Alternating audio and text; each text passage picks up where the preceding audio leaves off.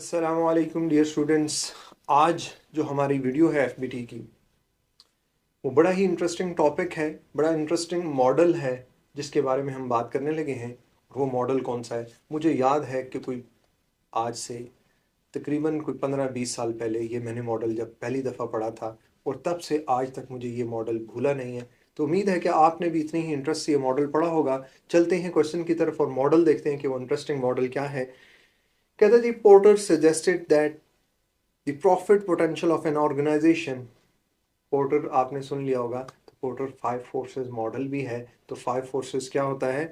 कहते हैं profit potential of an organisation can be analysed by its ability to manage a number of forces relevant to its competitive environment. तो कितने points होते थे porter के? याद है कुछ? मुझे याद है, जरा जरा 5 पॉइंट्स हुआ करते थे।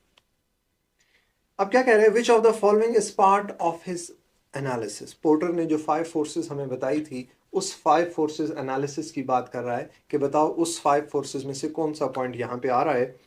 और again this is for 2 marks question, तो इसलिए आपका थोड़ा सा नॉलेज जरूर वो टेस्ट कर रहा है, पोर्टर देख रहा है। तो कहता है जी, पहला पॉलिटिक्स, दूसरा जियोग्राफी, तीसरा एम्प्लॉयज, और चौथा सप्लायर्स।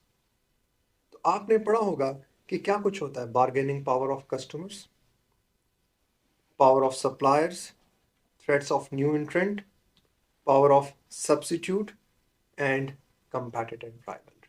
ये 5 बातें की थी किसने? पोर्टर ने।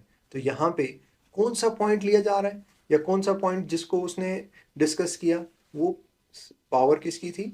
सप्लायर की थी। अगर कस्टमर कहता तो कस्टमर भी था। तो उम्मीद है कि ये सवाल भी बाकी सवालों की तरह आपको समझ आ गया होगा।